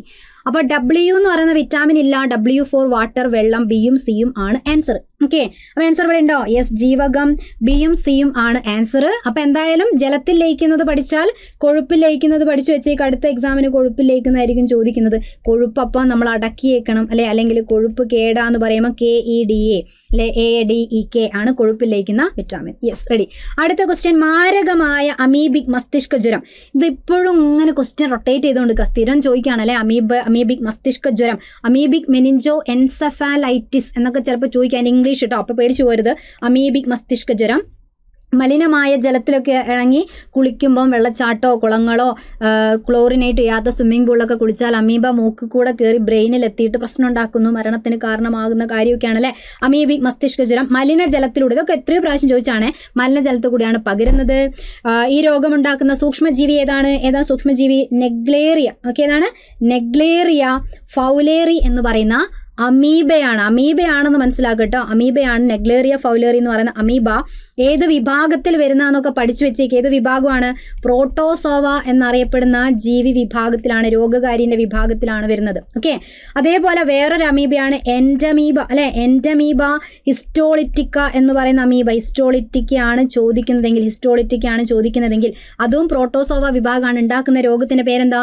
അത് അമീബിയാസിസ് ആണ്. അമീബിയാസിസ് എന്ന് പറയുന്ന രോഗമാണ്.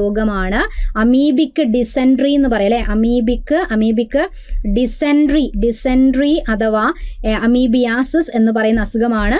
എൻഡമീബ ഹിസ്റ്റോളിറ്റിക്ക എന്ന് പറയുന്ന അമീബ ഉണ്ടാക്കുന്ന. രണ്ടും രണ്ട് കേസാണ് കേട്ടോ. അമീബിക് ഡിസെൻട്രി എന്ന് പറയുമ്പം വെള്ളത്തിൽ കൂടെയും ഒക്കെ അമീബ നമ്മൾ വയറിൽ പോയി കഴിഞ്ഞാൽ ദഹന വ്യവസ്ഥ, കുടലിലൊക്കെ പ്രശ്നം ഉണ്ടാക്കുന്ന പ്രശ്നത്തിനാണ് നമ്മൾ ഡിസെൻട്രി എന്ന് പറയുക. അമീബിയാസിസ് എന്ന് പറയുന്നത് രണ്ടും രണ്ടാണ്.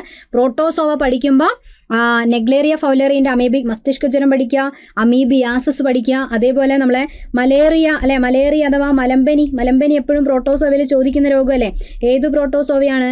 പ്ലാസ്മോഡിയം അല്ലെ, പ്ലാസ്മോഡിയം എന്ന് പേരുള്ള പ്രോട്ടോസോവ ഉണ്ടാക്കുന്ന രോഗമാണിത്, മലേറിയ അഥവാ മലമ്പനി എന്ന് പറഞ്ഞാൽ. ഓക്കെ, റെഡിയല്ലേ? പിന്നെ നമ്മൾ കാല അസാർ എന്ന് പറയുന്ന രോഗം, ലീഷ്മാനിയാസിസ് എന്ന് പറയുന്നു അല്ലെ, ആഫ്രിക്കൻ ഉറക്ക രോഗം, ട്രിപ്പാനോസോമ ഉണ്ടാക്കുന്ന. അപ്പോൾ ഈ രോഗങ്ങളൊക്കെ പ്രോട്ടോസോവ രോഗങ്ങൾക്ക് എക്സാമ്പിളാണ്. യെസ്, അടുത്തൊരു ക്വസ്റ്റ്യൻ, താഴെ കൊടുത്തിരിക്കുന്നവയിൽ റിംഗ് വർമിനും കാൻഡിഡിയാസിസിനും പൊതുവായുള്ള സവിശേഷത എന്താണെന്നാണ്. ഇതൊക്കെ പുതിയ ടെക്സ്റ്റ്, 10ാം ക്ലാസ്സിന്റെ പുതിയ SCERT ടെക്സ്റ്റ് ഒക്കെ എടുത്ത് നിങ്ങൾ നോക്കണം കേട്ടോ. അതിൽ രോഗങ്ങൾ റിലേറ്റഡ് ആയ ചാപ്റ്ററിൽ രണ്ടിനെയും കൂടെ നല്ലൊരു ടേബിളൊക്കെ ആക്കിയിട്ടൊരു പേജിലൊക്കെ കൊടുത്തിട്ടുണ്ട്. എന്തായാലും റിംഗ് വർം എന്നൊക്കെ അറിയാലോ. റിംഗ് വർം നമ്മളെ പണ്ടത്തെ ടെക്സ്റ്റിലുള്ള വട്ടച്ചൊറി, പണ്ട് ഇതിന് വട്ടച്ചൊറി എന്നൊക്കെയാണ്. ഇപ്പോൾ ഇപ്രാവശ്യം എന്താ റിംഗ് വർം എന്നുള്ള ഇംഗ്ലീഷാണ് കൊടുത്തേക്കുന്നത്. വട്ടച്ചൊറി, ഇങ്ങനെ ചൊറിഞ്ഞ് വട്ടത്തിൽ ഇങ്ങനെ വരും അല്ലെ. കാൻഡിഡിയാസിസ് എന്ന് പറയുന്ന രോഗം, ഇതൊക്കെ എന്തുമായിട്ട് ബന്ധപ്പെട്ട രോഗം? ആരുണ്ടാക്കുന്ന? അത്രയും ചോദിച്ചു. രണ്ടിനും ഒരുമിച്ച് കോമൺ പോയിന്റ് എന്താ? രണ്ടും ഫംഗസ് മൂലം ഉണ്ടാകുന്ന രോഗമാണ്. രണ്ടും ഫംഗസ് ഉണ്ടാക്കുന്ന രോഗത്തിന്റെ എക്സാമ്പിൾ ആണ് കേട്ടോ. നോട്ട് ചെയ്യുക. കാൻഡിഡിയാസിസ് എന്ന് പറയുന്ന രോഗം ഒക്കെ മെൻഷൻ ചെയ്ത് ഇങ്ങനെ നാക്കിന്റെ ഒരു ചിത്രമൊക്കെ ആക്കിയിട്ടൊരു കാണുമ്പോൾ തന്നെ വല്ലാത്തൊരു ചിത്രമൊക്കെ നമ്മൾ പുതിയ ടെക്സ്റ്റ് ബുക്കിൽ ആഡ് ചെയ്തിട്ടുണ്ട്, കാൻഡിഡിയാസിസ് എന്ന് പറഞ്ഞാൽ. അപ്പം അതിന്റെ ലക്ഷണങ്ങൾ പറയുമ്പോൾ നാക്കിന്റെ മുകളിലൊക്കെ ഒരു പൂപ്പൽ പോലെയൊക്കെ ഇങ്ങനെ ഉണ്ടാവുന്ന, വെള്ള പോലെ ഇങ്ങനെ ഉണ്ടാകുന്ന സംഭവമൊക്കെയാണ് കാൻഡിഡിയാസിസ്. റിംഗ് വർം എന്ന് വെച്ചാൽ ശരീരത്തിലൊക്കെ ഉണ്ടാവുന്ന റൗണ്ടായിട്ട് ചൊറിഞ്ഞ് ഇങ്ങനെ വട്ടത്തിൽ ഇങ്ങനെയാവും അല്ലെ. അധികവും നമ്മളെ സമ്പർക്കത്തിൽ കൂടെയൊക്കെ പകരുന്ന രോഗത്തിലൊക്കെ നമ്മൾ റിംഗ് വർമിനെ പഠിക്കും. അപ്പോൾ എന്തായാലും രണ്ടും ഫംഗസ് മൂലം ഉണ്ടാകുന്ന രോഗമാണ് എന്നുള്ളതാണ് ഇവിടുത്തെ പൊതുവായ സവിശേഷത എന്ന് പറഞ്ഞാൽ. അടുത്ത ക്വസ്റ്റ്യൻ, ചർമ്മരോഗവുമായി ബന്ധപ്പെട്ട ഒരു രോഗി ഈ സഞ്ജീവനി സേവനം ഉപയോഗിക്കുന്നു. അപ്പോൾ രോഗിയുടെ സമ്മതത്തോടെ ഡോക്ടർ രോഗീൻ്റെ പൂർവ്വകാല ഡിജിറ്റൽ ചികിത്സാ രേഖകളും മരുന്നും കുറിപ്പൊക്കെ പരിശോധിക്കാൻ ആഗ്രഹിക്കുകയാണ്. അപ്പോൾ ഇത്തരം വിവരങ്ങളൊക്കെ ഡിജിറ്റലായി ലഭിക്കാൻ സഹായിക്കുന്ന സംവിധാനത്തിൻ്റെ പേരാണ്. ആ സംവിധാനത്തിന് പറയുന്ന പേരാണ് ഏതാണെന്നറിയോ? യെസ്, ഇവിടെ തന്നെ ഹെൽത്തും കാര്യങ്ങളൊക്കെ കേൾക്കുമ്പോൾ നമുക്ക് കിട്ടും അല്ലേ. ഏതാണ്? ആയുഷ്മാൻ ഭാരത് ഹെൽത്ത് അക്കൗണ്ട് എന്നതാണ് അതിൻ്റെ ആൻസർ. ഓക്കെ, റെഡി അല്ലേ? ക്ലിയർ. ഇനി ഒരു ക്വസ്റ്റ്യനും കൂടെ. താഴെ പറയുന്നവയിൽ ആദ്യ, പുണ്യ എന്നീ കാർഷിക വിള ഇനങ്ങളെ കുറിച്ചുള്ള ശരിയായ വിശകലനം എന്താണ് എന്നാണ് ചോദിച്ചിരിക്കുന്നത്. എന്താണെന്നറിയാം, ഇതെന്തായാലും നമ്മൾ നേരത്തെ ടെക്സ്റ്റിൽ പറഞ്ഞതല്ല, ടെക്സ്റ്റിലുള്ളതിനേക്കാൾ എക്സ്ട്രാ ഇനങ്ങളൊക്കെ ചോദിക്കാറുണ്ട് അല്ലേ? നേരത്തെ ഫസ്റ്റ് ഫേസ് ആയിരുന്നെങ്കിൽ ഈ ക്വസ്റ്റ്യനൊക്കെ നമ്മൾ കാണുമ്പോൾ വിചാരിക്കുക അത് സാറിൻ്റെ ഫസ്റ്റ് ഫേസ് ആയിരുന്നു നല്ലത്. അപ്പോൾ എന്തായാലും അവിടെ നമ്മൾ സിമ്പിൾ സാധനമാണ് ചോദിച്ചത്. ഇതാണെങ്കിലും പിന്നെ ഉണ്ടാക്കുന്ന ഇനങ്ങളാണ്. എന്തായാലും നമ്മളെ പുണ്യമായിട്ടുള്ള അല്ലേ, നമ്മൾ അന്നം കഴിക്കാം, ഹ്രസ്വനേരം, പവിത്രം എന്നൊക്കെ പറയുമ്പോൾ അല്ലേ പുണ്യം എന്നൊക്കെ. അപ്പോൾ അതേപോലെ തന്നെയാണ് എന്തിൻ്റെ ഇനമാണ്? നെല്ലിൻ്റെ ഇനമാണ് കേട്ടോ. ഇത് ഉണ്ടാക്കിയിരിക്കുന്നത് കാർഷിക സർവകലാശാല ഉണ്ടാക്കിയതാണ്. ഓക്കെ, അപ്പോൾ അവിടെ 2 പോയിന്റ് എന്താ, രണ്ടും നെല്ലിനങ്ങളാണ്. ശരിയാണ്. കേരള കാർഷിക സർവകലാശാലയുമായി ബന്ധപ്പെട്ട് അവർ വികസിപ്പിച്ചെടുത്ത ഇനങ്ങളാണ്. അപ്പോൾ രണ്ടും ശരിയാണ്. അപ്പോൾ എന്തായാലും നെല്ലിനാണെങ്കിൽ പിന്നെ ഇഞ്ചിൻ്റെ ഇനവും മഞ്ഞളുടെ ഇനം എന്നൊന്നും പറയുന്നതിൽ കാര്യമില്ല. അപ്പോൾ ആൻസർ ഏതാണ് വരിക? 1ഉം 2ഉം ആണ് ശരി. 1, 2 എന്നിവ ആണ് ശരിയായിട്ടുള്ള ആൻസർ. യെസ്, ക്ലിയർ അല്ലേ? അപ്പോൾ നമ്മളെ 2 ഫേസിലും കൂടെയായിട്ട് ഇത്രയും 2 ഫേസ് എന്ന് പറയാനായിട്ടില്ല, ഇനി 2ാം ഫേസിന് നടക്കും അല്ലേ? അപ്പോൾ ഇത്രയും ക്വസ്റ്റ്യൻസ് ഒക്കെയാണ് അതിലുണ്ടായിരുന്നത്. അപ്പോൾ ആ ഭാഗങ്ങളൊക്കെ ഒന്ന് നന്നായിട്ട് നിങ്ങൾ ചെയ്യേണ്ടത് എന്ന് പറയുന്നത് കൃത്യമായിട്ട് ഈ ഫസ്റ്റ് ഫേസിലുള്ളതും ഈ രണ്ടാമത് വന്ന ഫേസിലുണ്ടായിരുന്ന ക്വസ്റ്റ്യൻസും ഒക്കെ നന്നായിട്ട് വർക്കൗട്ട് ചെയ്യുക. ഈ ക്ലാസ്സൊക്കെ കാണുക. അപ്പോൾ ബാച്ചിലുള്ളവരൊക്കെ ആണെങ്കിൽ കൃത്യമായിട്ട് എല്ലാ ക്ലാസ്സും കാണുക. അപ്പോൾ ക്വസ്റ്റ്യൻ അത്യാവശ്യം നല്ലൊരു സ്റ്റേറ്റ്മെൻറ്റ് മോഡലിനൊക്കെ പ്രാധാന്യം കൊടുത്തുകൊണ്ടൊക്കെയാണ് ചോദിക്കുന്നത് അല്ലേ? അപ്പോൾ ആ രീതിയിൽ തന്നെ കാര്യങ്ങൾ മനസ്സിലാക്കിയിട്ട് തന്നെ പഠിക്കാൻ വേണ്ടിയിട്ട് ശ്രമിക്കുക കേട്ടോ. ഓക്കെ അല്ലേ? റെഡി അല്ലേ? യെസ്. അപ്പോൾ എന്തായാലും ഇന്നിപ്പോൾ നമ്മൾ പറഞ്ഞ കാര്യങ്ങളൊക്കെ നിങ്ങൾക്ക് യൂസ്ഫുള്ളായി കാണുമെന്ന് വിചാരിക്കുകയാണ്. പിന്നെ അതേപോലെ തന്നെ PSC ഇപ്പോൾ പഠിച്ചു തുടങ്ങിയ ആൾക്കാരാണെങ്കിലും ഇനി വരാൻ പോകുന്ന എക്സാമിനൊക്കെ പ്രിപ്പയർ ചെയ്യുന്ന ആൾക്കാരാണെങ്കിലും കൃത്യമായിട്ട് നമ്മൾ ഒരു ബാച്ചും കാര്യങ്ങളൊക്കെ ജോയിൻ ചെയ്ത് പഠിക്കാനൊക്കെ ആഗ്രഹിക്കുന്നവരൊക്കെ ഉണ്ടെന്നുണ്ടെങ്കിൽ നമ്മളെ കുറച്ച് പുതിയ ബാച്ചും കൂടെ ജസ്റ്റ് ഒന്ന് ഇവിടെ പരിചയപ്പെടുത്താണ്. ഓക്കെ, LGSൻ്റെ VLGSൻ്റെ വേരിയസ് LGSൻ്റെ ബാച്ചാണ് നമ്മൾ ഓൾറെഡി സ്റ്റാർട്ട് ചെയ്തതാണ്. ഓക്കെ, ജൂൺ 29 സ്റ്റാർട്ട് ചെയ്ത ബാച്ചാണ്. അതേപോലെ LDC VFA എക്സാം ഇനി അടുത്തത് നമ്മളെ മുന്നിലുള്ള വലിയൊരു ടാസ്ക് ആണ് അല്ലേ? അപ്പോൾ അതിന് വേണ്ടിയിട്ട് ജൂലൈ 16 ജസ്റ്റ് സ്റ്റാർട്ട് ചെയ്തിരിക്കുന്ന ക്വസ്റ്റ്യൻ ആൻഡ് ആൻസർ ബാച്ച് എന്ന് പറയുന്ന ബാച്ച് ഉണ്ട്.